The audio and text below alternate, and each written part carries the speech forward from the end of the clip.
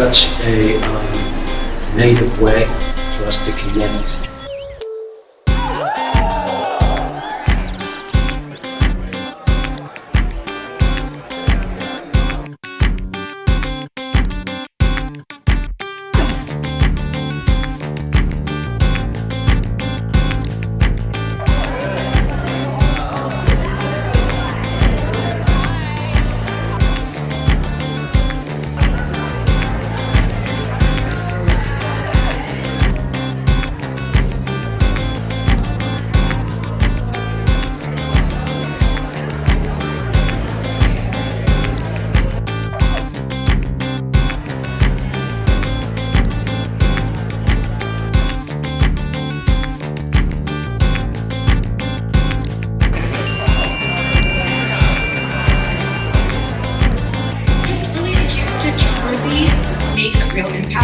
Community steht auf der ganzen Welt.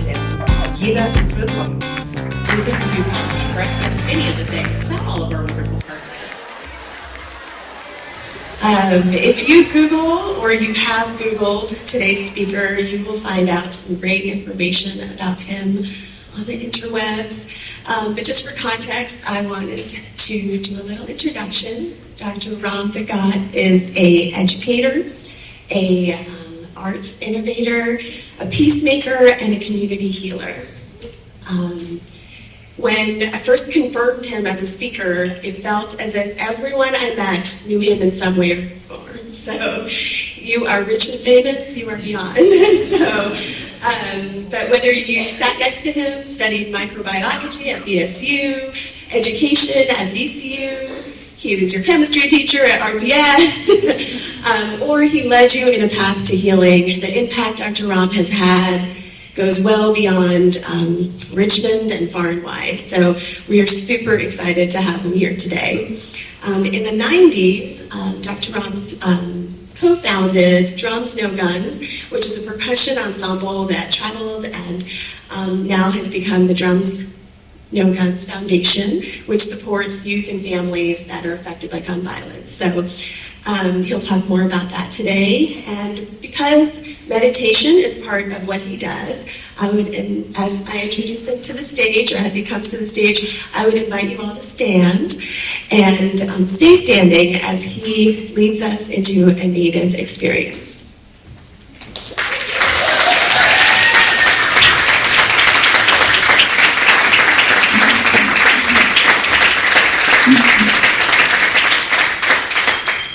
So we'll start off with a practice. This is a active mindfulness practice. And so the way that it works, it's a 3-part rhythmic clap. Each section gets a distinct pattern. And once you get the pattern, then you keep playing that pattern until everybody is playing the pattern together. So this section over here, here's your pattern.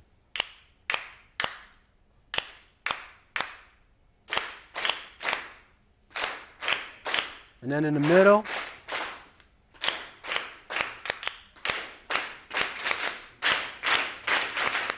and then to our right,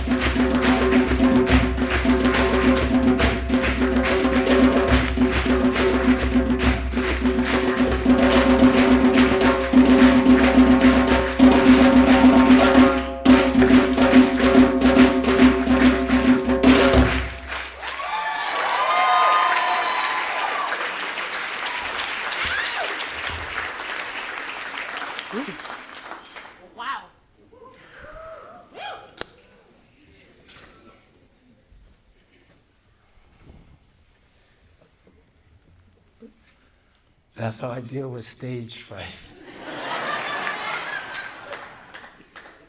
I was telling, I think it was Nicole, that when I came to her talk last month, I was like, what did I get myself into? It reminded me of my TED Talk when I wrote my TED Talk, and it was kind of like an audition, and I had it on my laptop, and when I was, they said, okay, we want to hear you read your content. So I had my laptop. It's like this real technical speech, and I was reading it, and they were looking at me like, I think we made the wrong choice. I said, could you try just like talking without using your notes? So I did, made the cut, but I kept that laptop even right before I went on stage, and then I just gave it up. I just offered it up to the Most High. I think it turned out pretty good. A little bit nervous. So I think what I'll do now is just, in case I mess up or something, I'll just tell you the conclusion, because I'm one of those people,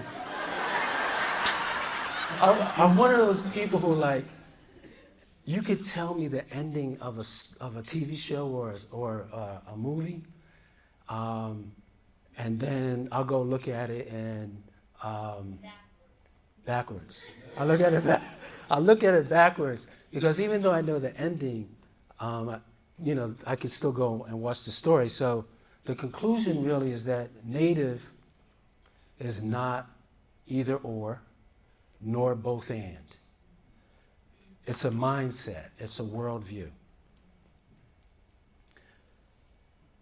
So since this is the ending, I'm going to do the celebration, and then we'll go back from the beginning.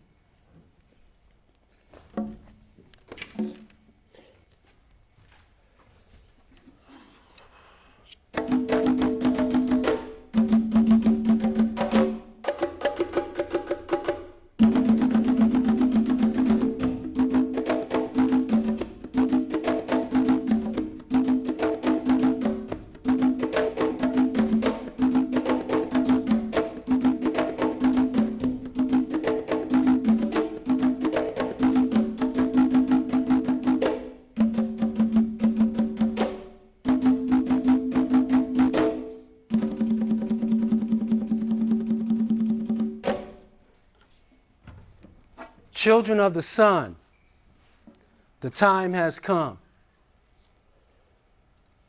for us to work together to make the world better. Selfishness is a shackle. Let's share with each other. Express pure love deep in our hearts. We can change our world. We can change our world. Time is passing fast. It's almost too late to start. Children of the sun, the time has come for us to work together to make the world better.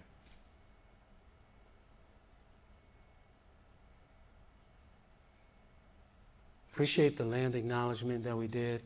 And I want to give praises to our ancestors just in a sort of mental libation. I'm grateful. I'm so grateful to be here today. I give thanks and praises to the Most High. I'm thankful to my ancestors for the sacrifices they made for me to be here with you.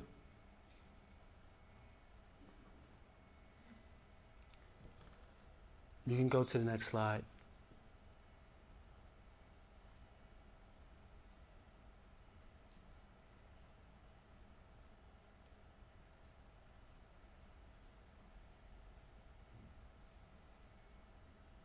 Go to the next slide. When I think of Black history, I think of infinity. I think of creation. I think of universal truths and rhythmic intelligence. I think of civilization. I think about young kings and young queens. My heart beats for Generation Dream. We're the ones our ancestors have called to heal the world. Our stories connect us on a neuroendocrinological level. Stories activate hormones that produce emotions and subsequent reactions.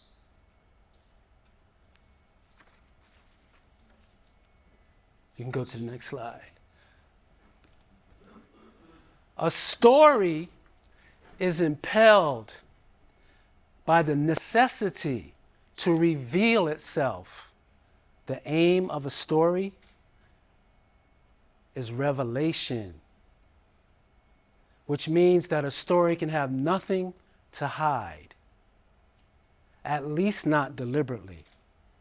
This also means that a story resolves nothing. The resolution of a story must occur in us with what we make of the questions with which the story leaves us.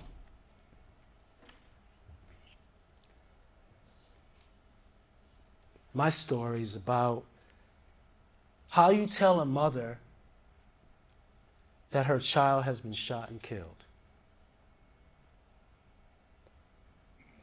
On April 21st, 1981,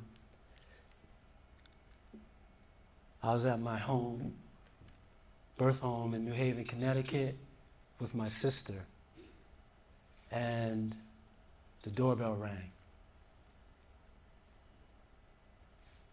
So I went downstairs to answer the door, and there was an officer from the U.S. Air Force and a chaplain. My brother had been missing for 4 days. We didn't know. We didn't think the worst. We just thought that we would get news that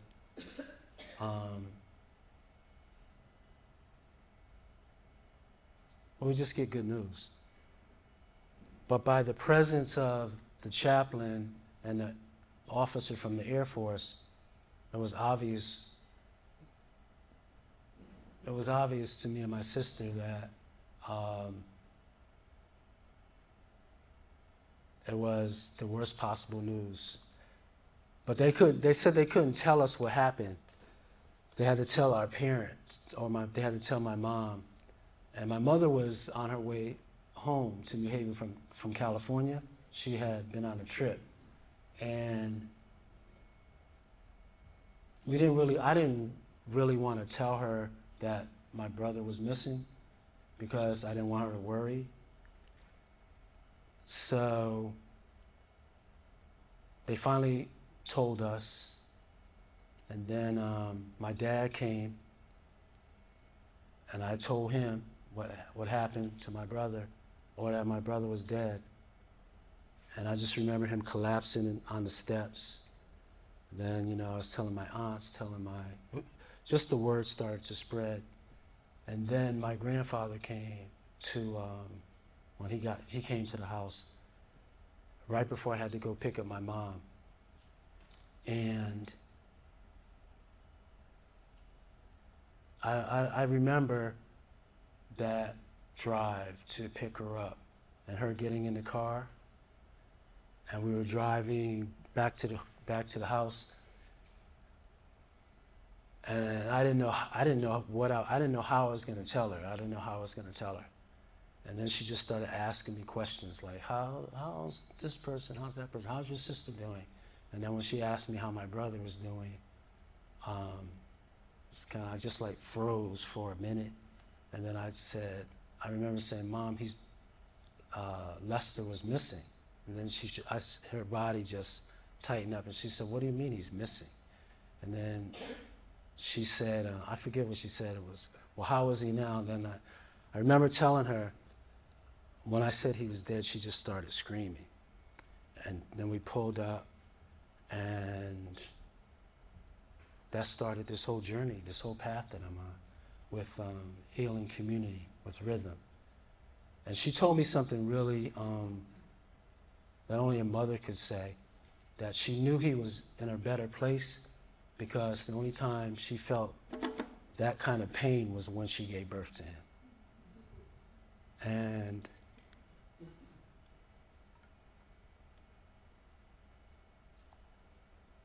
just brings up questions from that story, like, why is homicide the leading cause of death for African males?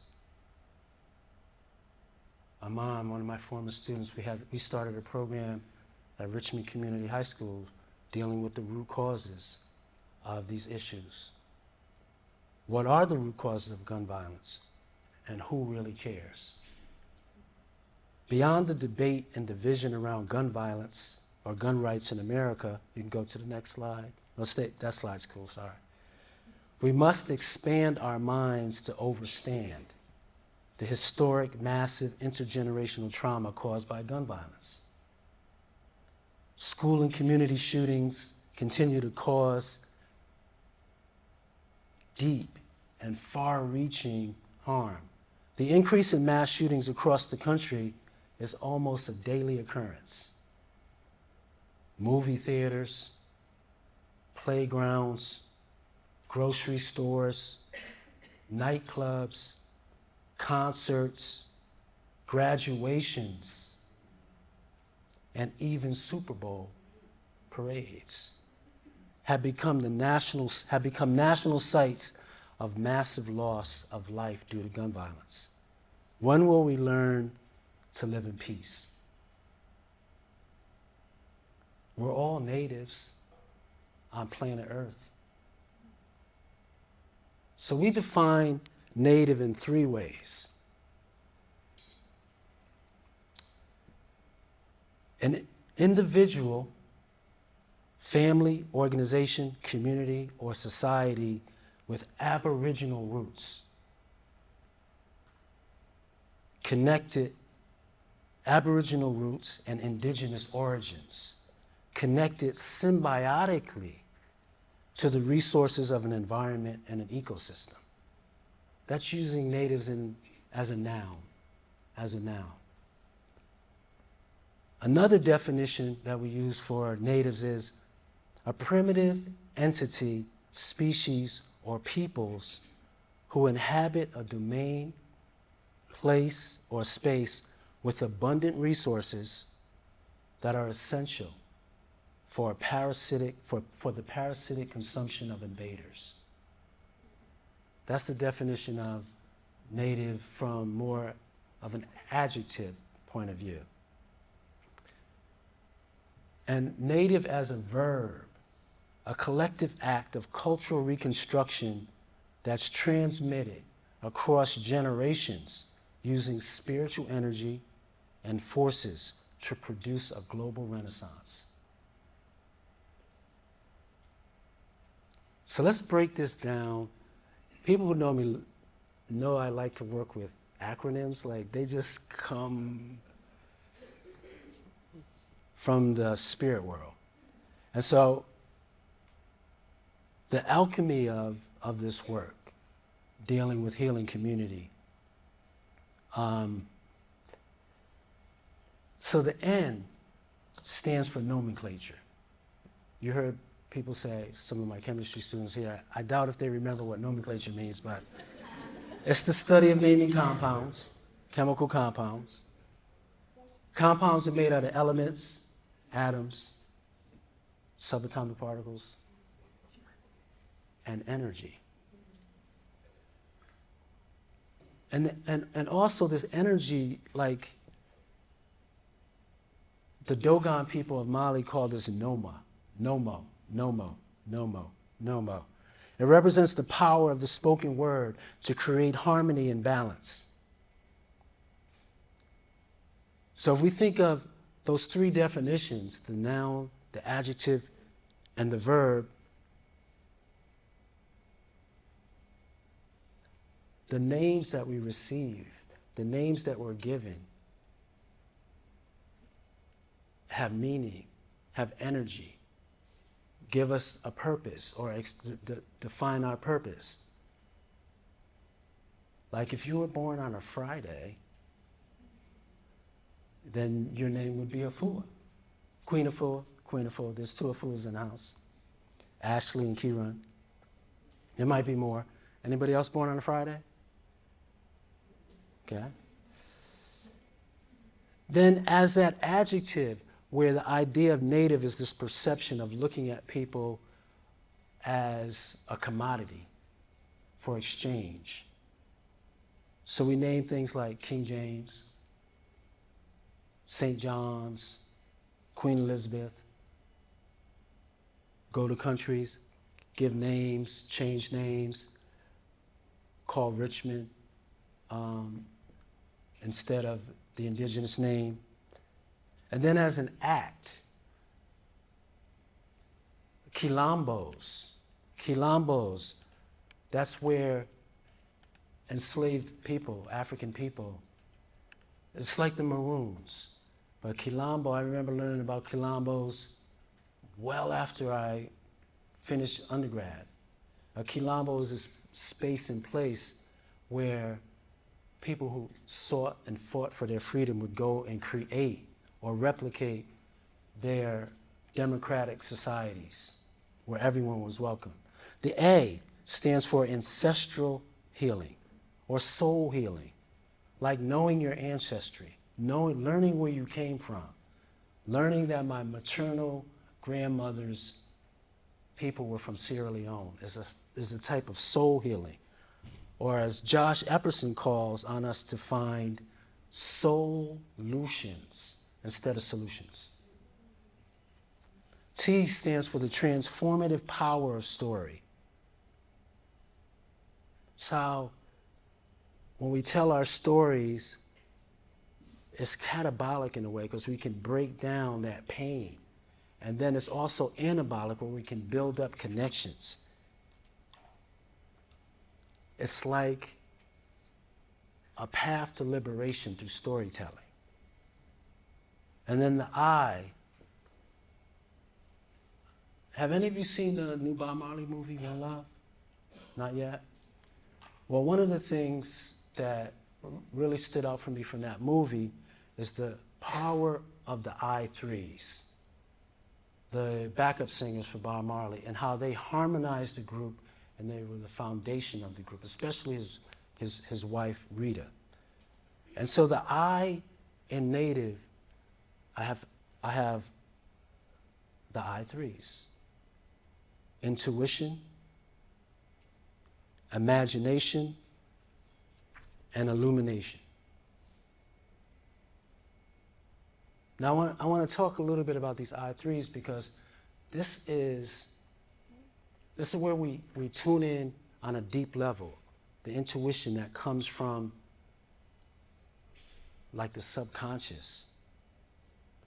And then the imagination, which is like where we can tap into that native experience in our dreams. And then the illumination, how we manifest it. So I saw Bob Marley in concert in New Orleans, and it was so deep because when I was there, I had this, I don't know if it was a vision, but it was like, I'm going to see Bob Marley. Bob Marley's going to be performing in concert. You ever have that kind of feeling where you know how something's going to happen before it happens? Or like we're tuned into it? So he performed at this warehouse in New Orleans. It was an old slave breaking where they would try to break the spirit of the slaves. And I saw him in concert, and it was literally a transcendent experience. When he was on stage with the Wailers and the I3s, it was like looking at or experiencing an energy that was there, but it was being transmitted from a different level. So we were observing it, experiencing it. He was definitely there, yet it just seemed like we were transported. And another example of how these three eyes interconnect happened in New Haven, that where I'm from. Like, I don't know if you're familiar with the Amistad Revolt. Anybody familiar with the Amistad Revolt? So the site where the Amistad Africans were jailed is a pilgrimage I make every time I go home. A couple of years after this monument was created there, they invited his ancestors, his family, not his, they invited his ancestors to come down. We do that. Natives do that. We commune with our ancestors. So we were playing on, and there was a replica of the Amistad created.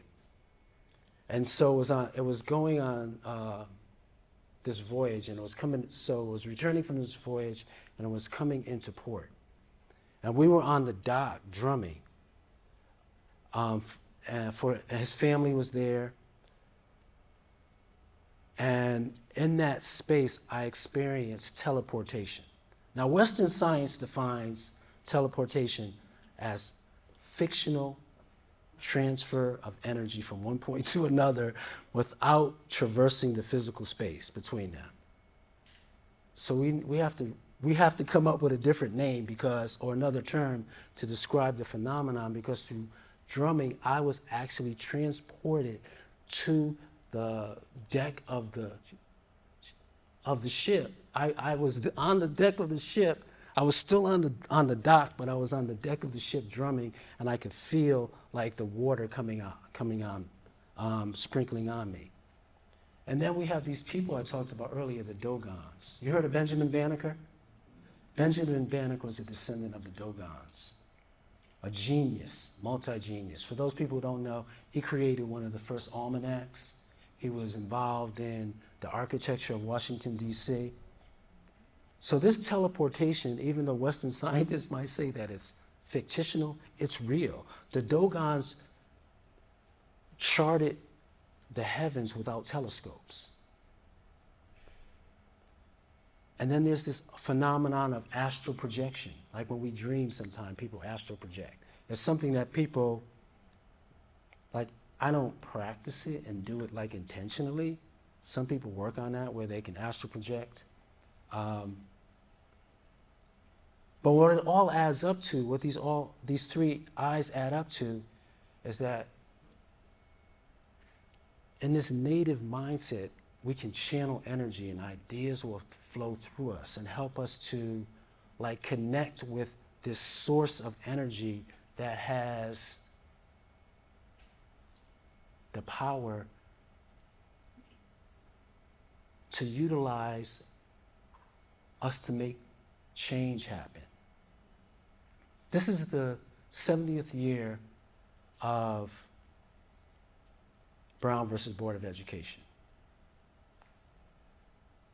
So we're looking at this as an opportunity to move from massive resistance to massive resilience. And the V stands for veracity and vulnerability, truth and love. To me, truth plus love equals justice. Universal love equals peace. True peace equals freedom, or uhuru. It's a vibration. And then the E represents emergent ecosystems, the spirit of healing community. And the way I wrap my head around this and my heart around this is that native is a generative force. It's a life force, a transformative energy, a holistic way of living for Aboriginal and indigenous people. For people who realize there were souls, there were spirits having this earthly experience.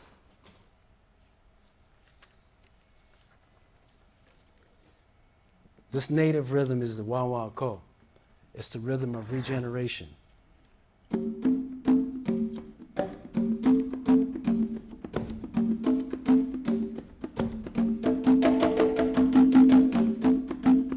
can clap like this.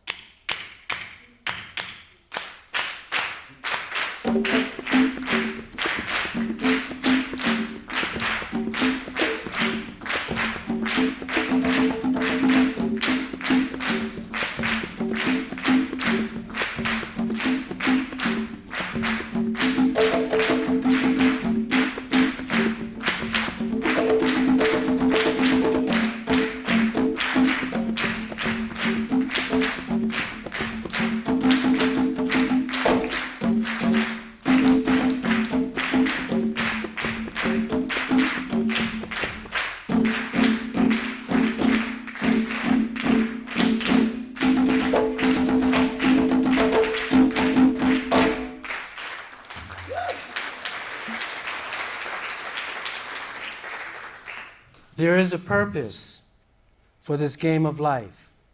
Absolutely nothing happens without a cause. Every action yields a reaction.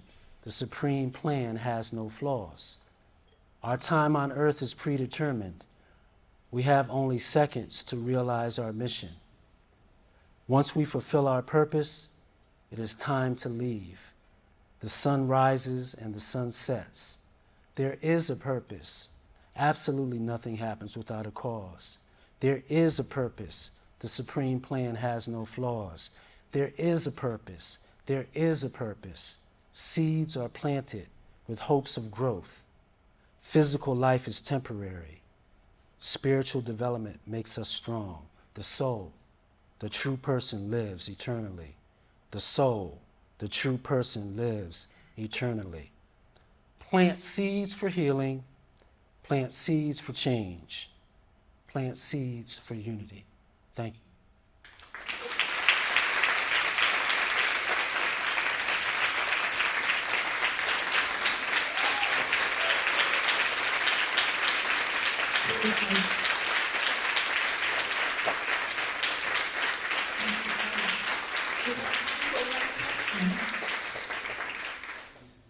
We have time for one question, so make it good. All right.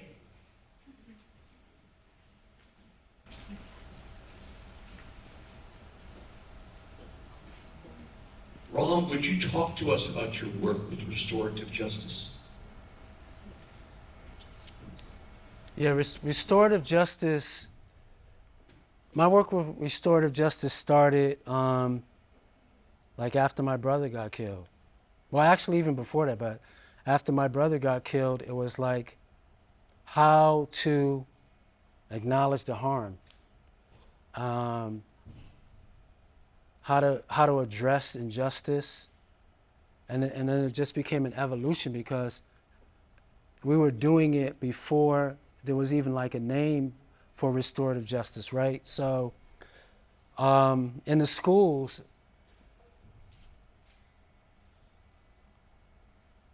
I had an experience where I was working at this school and we did something called staffing. It was called staffing. So I was sitting in the staffing meeting and all of the students that were being staffed, in other words, they were being recommended to get sent back to their zone school, like basically expelled. They were all black males. And so I was sitting there and I was looking around and it was like nobody in the entire meeting, it didn't seem like they noticed it. So I raised my hand, brought it to their attention, and we started this program. First it was called Seminar for Males of African Heritage, but eventually it evolved into African Males. And that was really the initiation for me into restorative justice in an institutional level, because what we were able to do is create a process and a movement that empowered. It was working with the young men It was power with, not power for or not doing to. And the impact of that work still resonates with, there were four cohorts. It still resonates with them today. Like, I work with them now. Aman Shabazz is here. I think I saw Rashad Bey. They could talk to you about that work. So in 2018, I started working on a division level, bringing this idea of like, we have to build relationships intentionally, because if we don't have the relationships, if there's some type of conflict that happens, what are we rebuilding? What are we reconnecting? And so now the work is focused not only in the schools, but focused in the community. It's not just restorative justice, it's community and restorative justice.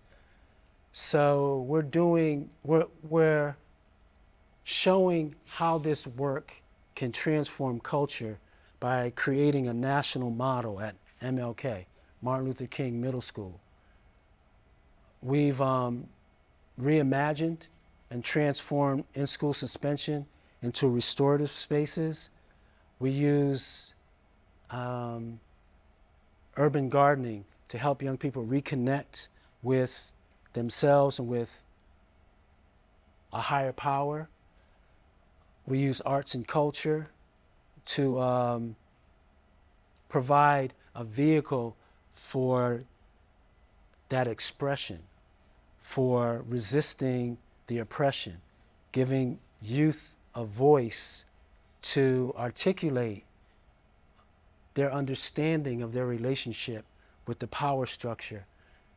And really it just comes down to having meaningful relationships, cultivating relationships, changing systems, and tapping into that native energy. We were all really we were all sort of, we say that we're wired for connection.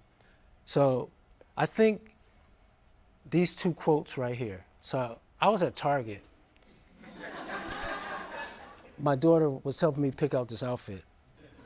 She said, "Dad, make sure you don't have like those baggy pants because your legs are skinny." And so when I was picking out the outfit, I saw this book, and I was like, okay, this is dope. And I started flipping through it. And this morning I said, okay, I know I'm going to read a quote. I'm going to, whatever I flip to, those are the quotes that I'm supposed to read. So basically, culture is anything of and for the people. Restorative justice, community justice, culture is us. When you find what moves you and create from that part of who you are, you can move the world. Maybe not the whole world, not at first, but your piece of it. Be that a place or idea. Restorative justice is a mindset. It's a way of living. It's a practice.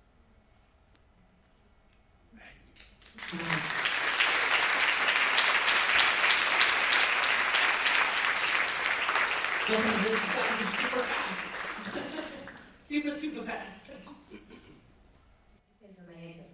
I have a question for you. So this native source that you are speaking of, that you put into your speech, how do you connect to it? Because it's been given to us in a primitive way. And so how have you re-educated the spaces that you're in so that NADA is seen as a connection back to source, which is the only way we can get into this space of imagination, inspiration, education, and resilience?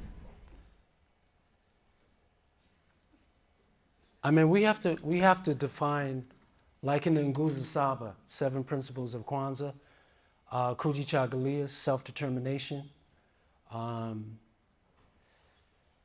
We have to determine our own definitions of ourselves.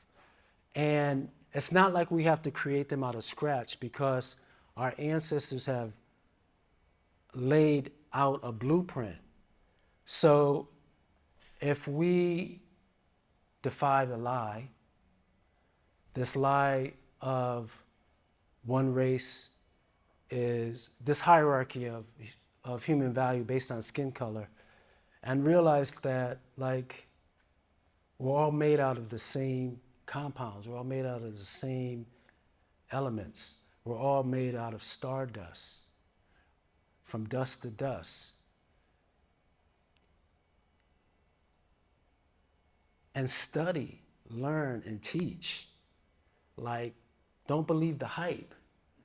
Don't allow the media to dictate reality. We saw an attempted coup.